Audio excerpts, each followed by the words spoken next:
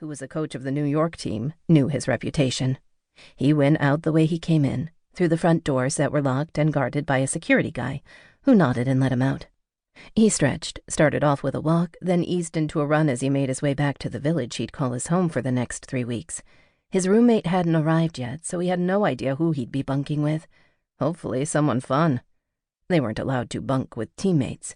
He was certain it was the committee's way of getting them to branch out and make friends with people from other disciplines, and often other countries. Last time he'd bunked with a bobsledder from Latvia.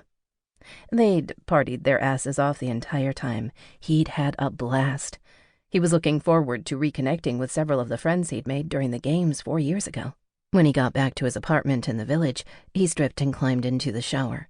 A hot shower was one of his favorite things, maybe even top 10 favorite things, especially after a grueling hockey game. Thanks to his run, he was hungry, so he got dressed and headed out to the other building where the dining hall was located. It was fully stocked, and huge. It was like a hangout here, and the size of a couple of football fields.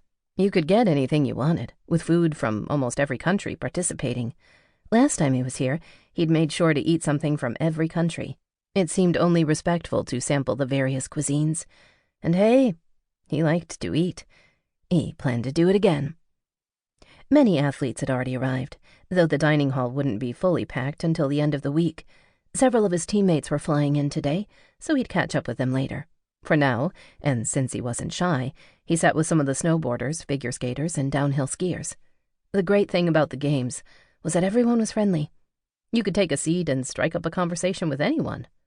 "How was your flight?" a guy named Hans asked him. "Long. Yours?" Hans smiled. "Same. Slept in a bit this morning. Looking forward to getting my skis on those mountains, though." Will dug his fork into the egg white omelet and nodded. "I got a glimpse at the hockey arena earlier, but they wouldn't let me skate on it yet." Talisa, one of the figure skaters, looked shocked. "They let you in already?" "My coach was there, so he snuck me in, but I couldn't get on the ice." "Oh, you're lucky." Robbie was Talisa's husband and the other half of their pair's team. "We're nearly drooling over the figure skating arena. We can't wait to get in there." "They said they'd open it up to us this afternoon," said Rory, one of the individual figure skaters. "We have to practice and stay limber." "Huh," Will said. "Maybe I'll mention that to my coach. Can't get stiff. Unless it's your dick," Zeb, one of the skiers, said. "You want that to be stiff at all times." Will laughed, then noticed he'd gotten a suggestive look from one of the women across the table. He thought her name might be Moni or Monica or something. No idea. The names had flown fast and furious when he'd sat down. He wasn't interested in sex. Okay, that was a lie. He was always interested in sex. But there was plenty of time for that. And for the next few weeks, there'd be a hell of a lot of it going around. The only thing on his mind right now was getting on the ice. After that, he could think about sex. Amber Sloane set her bags down at the front counter, taking in the multitudes of athletes surrounding her. She was here, in Vancouver, her third and final international games. This was her last shot at gold. At 24, she'd be considered old for a figure skater. Her biggest competition was here.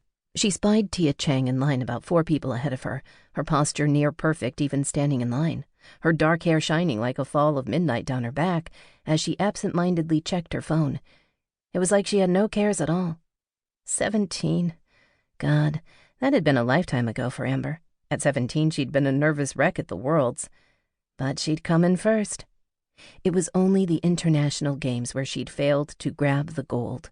She'd won both bronze and silver, but the gold eluded her. This was her last chance. Her mother told her it was her time to shine. Amber thought her chance escaped her 4 years ago, when Elena Bulusova of Russia had just inched her out for that gold medal.